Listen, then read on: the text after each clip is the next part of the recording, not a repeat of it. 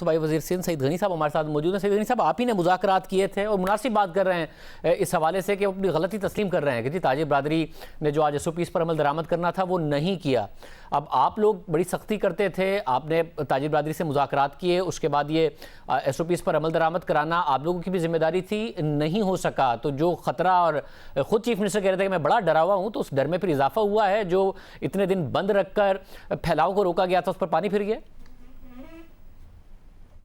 शाहज़ेब आप ठीक कह रहे हैं, और देखें यही शायद वजह थी जिसकी वजह से हम थोड़ा रिलक्टेंट भी थे और हम कोशिश कर रहे थे कि हमारे जो दोस्त हैं, ताजिर हैं, वो उस बात को अंडरस्टैंड करें।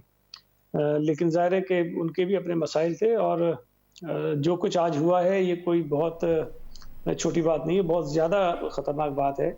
एक तो ताजिर हमारे दोस्त हैं, उनको ख़्याल करना चाहिए, SOPs पर अमल दरामद करें।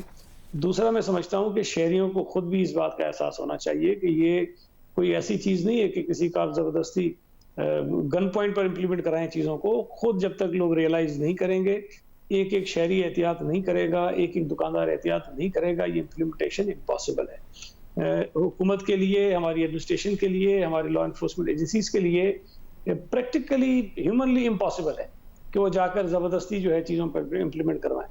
तो हालात वैसे ही हमारे यहाँ कोई ज़्यादा अच्छे नहीं हैं, जिस तरह से केसेस में इजाफा हो रहा है। अगर इतने बड़े पैमाने पर वायलेशंस होती रही और बेहतियाती होती रही तो मुझे तो बहुत परेशानी हुई है आज की सूरत हाल देख कर। अल्लाह ताला रहम करे। अगर इतनी लापरवाही हमने की तो मुझे तो बहुत हालात ख़राब लगते हैं। ज़ाहिर ताजिर के और हुकूमत के साथ साथ अवाम की भी जिम्मेदारी है, और ऐसे ममालिक की मिसालें हैं जनूबी कोरिया में, जापान में, साथ ही हांगकॉन्ग में, जहाँ पर अवाम ने हुकूमत का साथ दिया है भरपूर अंदाज में और जिम्मेदारी का सबूत दिया। हमारे अवाम नहीं दे रहे हैं। अब नहीं दे रहे हैं तो फिर आप लोग करेंगे क्या? वो कह रहे हैं सील कर दें जी आप मार्केटें अगर अमल दरामद नहीं होता। साथ में वो ये भी कह रहे हैं कि आप वक्त बढ़ा दें, वक्त कम होता है, लोग ज़्यादा आ रहे हैं, मगरिब के बाद भी अगर आप खोल दें तो रश कम होगा और जिसकी वजह से ये जो पासदारी नहीं हो रही है वो हो पाएगी। शाहज़ेब, अगर आप याद रखें कि हमने जब शुरू में ये बाज़ार वगैरह बंद करना शुरू किए थे तो initially grocery shops, medical stores और जो दीगर ज़रूरी अशिया की दुकानें थी उनको हमने 24 घंटे के लिए खुला रखा था। लेकिन हमने ये कहा कि गैर ज़रूरी तौर पर लोग घरों से बाहर ना निकलें। तो हो ये रहा था कि 24 घंटे लोगों को कोई ना कोई जवाज़ मिल जाता था घर से बाहर निकलने के लिए। हम अगर कोई टाइम लगा रहे हैं, कोई पाबंदी लगा रहे हैं 4 बजे की, तो उसका मकसद ये है कि कम से कम कोई 8-9 घंटे का एक किस्म का कोई लॉकडाउन हो जाए।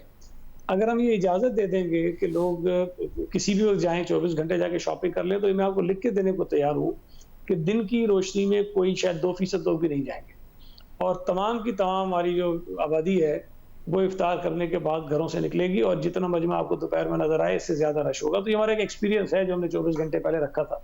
तो मैं नहीं समझता कि इससे हम कोई कंट्रोल कर सकेंगे। हमें अपने रवैयों में तब्दीली लानी होगी, हमें अपने अंदर एहसास जिम्मेदारी पैदा करना होगा और हर शख्स को ये समझना चाहिए कि ये उनकी अपनी सेहत और अपनी जान के लिए बहुत ज़रूरी है जो हम कह रहे हैं। अगर ये नहीं करेंगे तो खुदा न खास्ता जो दुकान पे बैठे हुए लोग हैं वो भी मुतासर होंगे, जो कस्टमर्स आ रहे हैं वो भी मुतासर होंगे। मतलब अगर नहीं होता तो फिर क्या करेंगे? या तो आप ताजिर बरादरी के साथ बैठे हैं कि भाई आगे कैसे करना है, क्योंकि अगर ये खोलने के नतीजे में होना ये है कि एक तो वायरस भी और फैल जाए और आप बाद में दोबारा दुकानें बंद कर दें तो फिर तो कोई फ़ायदा नहीं हुआ। तो पहले ही एक्शन ले लें ताकि बाद में दो तरफा नुकसान ना हो रहा हो हमारा। बहरहाल एक कमिटमेंट है ट्रेडर्स की हमारे साथ और हमें ये अंदाज़ा था कि पहले दिन शायद मुश्किल होगी, लेकिन इतनी मुश्किल होगी इसका अंदाज़ा नहीं था। शायद मेरी तवक्कुआत से बहुत ज़्यादा हुई है और आहिस्ता आहिस्ता शायद चीज़ें ठीक हो जाएं, लेकिन अगर ये ठीक नहीं हुई तो हमारे पास सिवाय इसके कोई चारा नहीं है कि वो दुकानें जो फॉलो नहीं कर रही हैं हमारी जो कंडीशंस हैं हम उनको सील कर देंगे।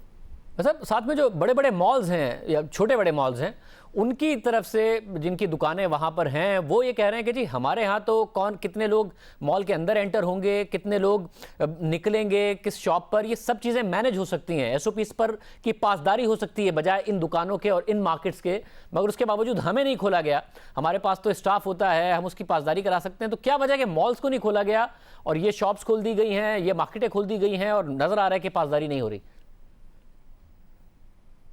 देखिए, एक तो ज़ाहिर है वो जो NCC की मीटिंग के डिसीजंस हैं उसमें ये शॉपिंग मॉल्स और बड़े प्लाजास को बंद रखने की बात की गई है। लेकिन चूंकि मैं एक्सपर्ट नहीं हूँ, लेकिन जो चीज़ें मैं सुनता हूँ वो मैं आपके शेयर भी कर देता हूँ। हो सकता है कि कोई मुख्तलिफ बात भी इससे कहे, लेकिन ये चीज़ भी कही गई है कि जो अंडर वन रूफ होते हैं और जो जिनमें ताज़ा हवा नहीं आ रही होती, बंद होते हैं, पैक होते हैं, एयर कंडीशनड होते हैं, वो शायद थोड़े से निस्बतन ज़्यादा इम्कान होता है कि वहाँ वायरस तेज़ी से फैल सकता है।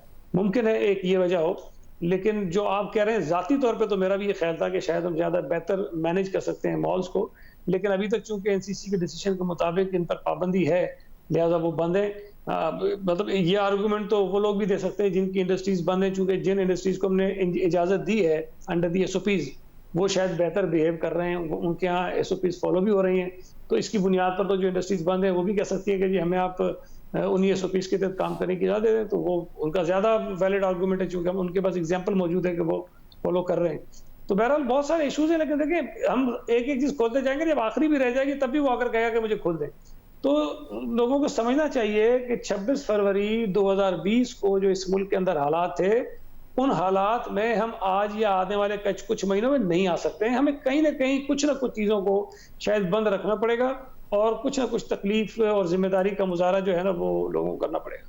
बहुत शुक्रिया। सैयद गनी साहब हमारे साथ मौजूद थे। आज तवक्को थी अवाम से, ताजिर बिरादरी से कि वो अमल दरामद करेगी एसओपीज़ पर, एहतियात करेगी। नज़र आएगा कि बतौर कौम हम कितनी एहतियात कर रहे हैं सारे के सारे मामले में, और ऐसी मिसालें मौजूद हैं दूसरे ममालिक से, मगर ऐसा हुआ नहीं। फिर आज एक और उम्मीद थी कि हमारी जो लीडरशिप है वो एक मैच्योरिटी का मुजाहरा करेगी, वो भी नज़र नहीं आया।